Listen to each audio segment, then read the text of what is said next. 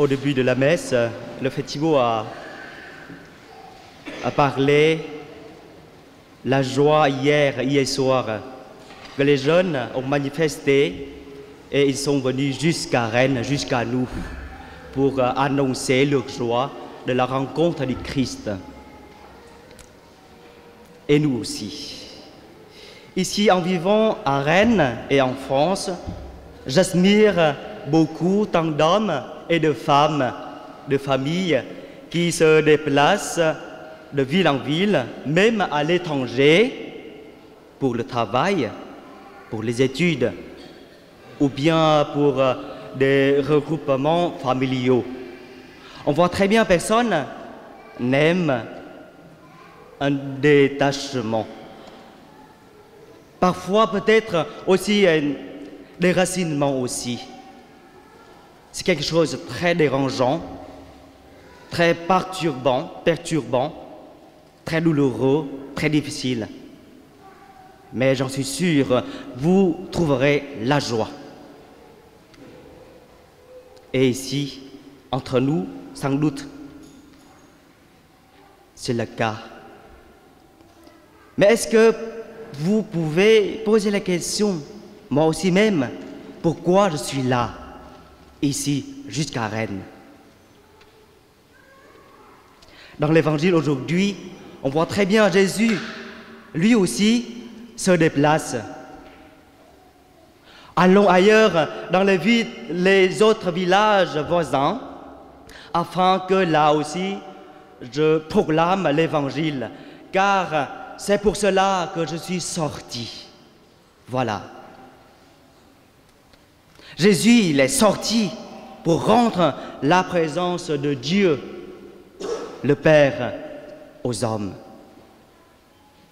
Il est sorti, il se déplace aussi pour témoigner la présence du royaume de Dieu. Il guérit les malades. Il expulse les démons. Et par sa vie, par ses actes, il rentre la présence de Dieu parmi nous. Voilà, le royaume de Dieu est parmi nous.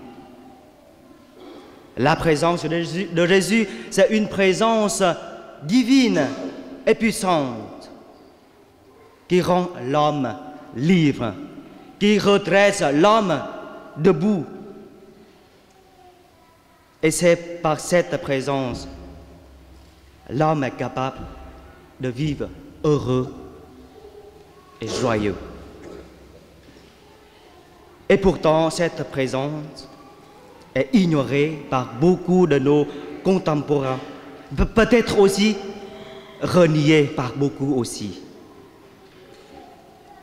Mais cette présence est une soif pour tout homme. Si bien que nous voyons dans l'Évangile, Simon, Pierre et ses disciples ont contesté en disant à Jésus, « Maître, voilà, tout le monde te cherche. » Cela renvoie à nous. Pourquoi je suis là à Rennes? Certes, vous êtes en train de me dire tout simplement pour le travail, pour la famille, pour les études, oui, même pour la vocation. Tout simplement, nous cherchons, nous tous, une vie heureuse. Le bonheur de notre vie.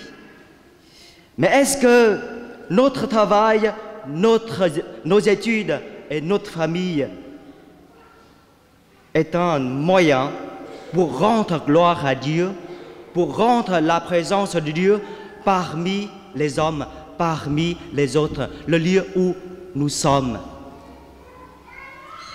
Est-ce que notre travail, c'est une condition, c'est un moyen pour manifester la grandeur, la bonté et la beauté de Dieu aux autres? Malheur à moi si je n'annonce pas l'Évangile, Voilà, Saint Paul a dit.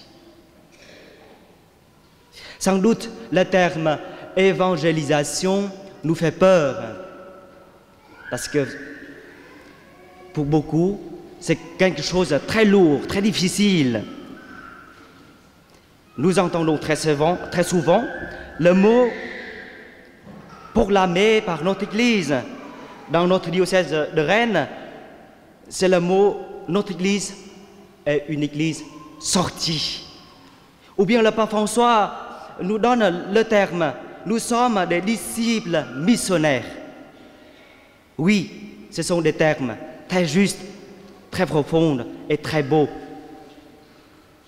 Mais comment comprendre? J'aimerais bien vous partager la logique du mot en fait. Si vous lisez l'évangile de Marc, très facile à lire parce que l'évangile de Marc est le plus court des quatre. Et dans l'évangile de Marc, on voit très bien Jésus rit beaucoup, expulse beaucoup de démons.